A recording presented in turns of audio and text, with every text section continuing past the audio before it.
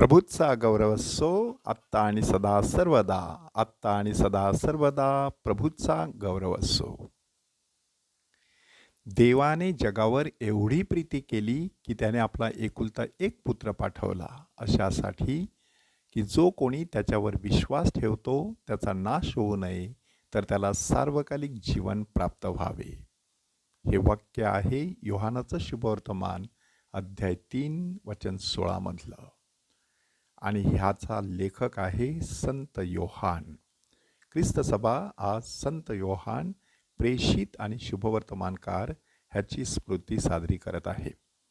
आणि हा सण साजरा करत असताना ख्रिस्त सभा आपल्या समोर ह्या नाताळच्या सप्ताहामध्ये एक महत्त्वाचा आदर्श उभा करत आहे.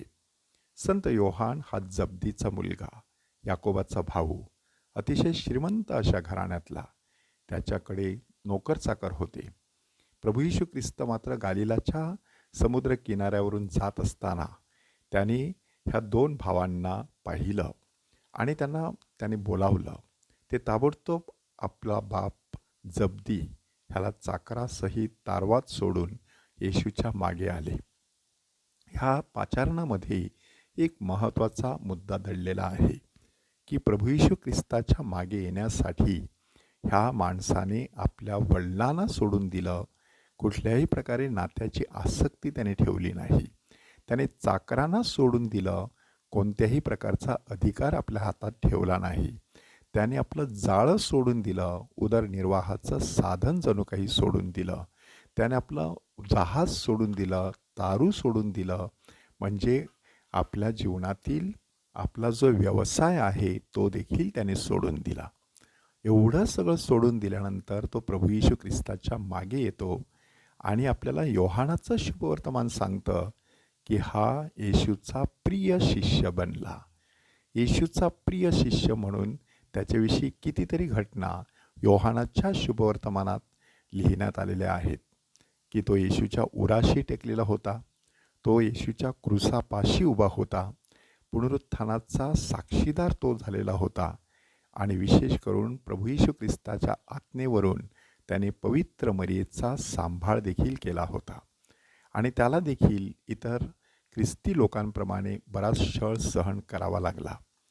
आणि पात्मा नावाच्या बेटावर असलेल्या तुरुंगात खितपत पडून राहावं लागलं. परंतु योहानाने लिहिलेल्या पुस्तकांद्वारे एक महत्त्वाचा संदेश लोकांपर्यंत गेलेला आहे. आणि तो संदेश म्हणजे परमेश्वर प्रीती आहे. आपण सुरुवातीला ऐकलेलं वाक्य हे योहानाच्या शुभवर्तमानामध्ये आहे. आणि त्याच शुभवर्तमानात अध्याय 14, 15, 16 किंवा 13 सुरुवात करून जर आपण वाचलीत तर हे सगळे अध्याय आपल्याला देवाच्या प्रेमाविषयी सांगत आहेत. इतकंच नव्हे तर त्याने लिहिलेली 3 पत्रे देखील देव प्रीती आहे हे वाक्य अधोरेखित करतात. आणि परमेश्वरावरील हे प्रेम व्यक्त करण्यासाठी योहान तुरुंगात असतानाच त्याला त्या ठिकाणी जे दृष्टांत झाले ते सगळे प्रकटीकरण ह्या पुस्तकामध्ये शब्दबद्ध करण्यात आलेले आहेत.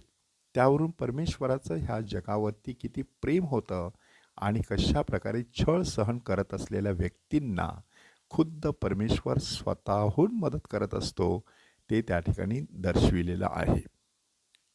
आज संत योहान प्रेषित आणि शुभवर्तमानकार ह्यांची स्मृती साजरी करत असताना, बाळ येशूच्या चरणापाशी एकत्र जमत असताना आपण स्वतःला 3 महत्त्वाचे प्रश्न विचारूया. पहिला प्रश्न की योहानाने जशा प्रकारे त्याग केला तसा येशूवरील प्रेम व्यक्त करण्यासाठी मी कोणत्या प्रकारचा त्याग करणार आहे. दुसरा प्रश्न की हा माणूस येशूच्या उराशी टेकलेला होता. ह्याचा अर्थ असा आहे की परमेश्वराच्या सहवासात राहण्यासाठी माणसाने सतत धडपडलं पाहिजे.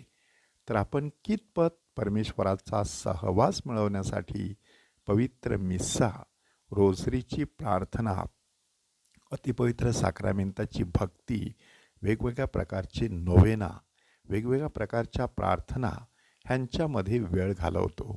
वैयक्तिक प्रार्थना म्हणा, तेजे प्रार्थना म्हणा, कॅरिस्मॅटिक प्रार्थना म्हणा, सामुदायिक गावपरिवाराची प्रार्थना म्हणा, गाईच्या गोठ्यात जवळची प्रार्थना म्हणा, ह्या वेळा कशासाठी असतात? परमेश्वराच्या उराशी टेकण्यासाठी असतात. त्याच्या हृदयाचं स्पंदन ऐकायचं, दुसऱ्या कानाने जगाचं स्पंदन ऐकायचं आणि त्यानुसार जीवन जगत राहायचं. त्यासाठी आपण नक्की काय करतो तपासून पाहायचं. आणि तिसरा प्रश्न, की संत योहान ह्याने आपल्या लिखाणाद्वारे प्रभू येशू ख्रिस्ताची सुवार्ता पसरविली. एकूण 5 पुस्तकं त्याच्या नावावर आहेत असं आपण मानतो. योहानाचं शुभवर्तमान, प्रकटीकरणाचं पुस्तक आणि योहानाची 3 पत्रे. आपण कशा प्रकारे परमेश्वराची ही सुवार्ता पसरवितो, त्यासाठी आपले कोणकोणते कलागुण आपण वापरत असतो तपासून पाहूया आणि बाळ येशूच्या चरणापाशी पुन्हा एकदा पूर्णपणे स्वतःला झोकून देऊया आणि त्याला सांगूया, प्रभो, तुला ठाऊक आहे की मी तुझ्यावरती प्रेम करतो. तुझं प्रेम पसरविण्यास मला तुझी कृपा दे. प्रभूचा गौरव असो आत्ता आणि सदा सर्वदा. आत्ता आणि सदा सर्वदा प्रभूचा गौरव असो.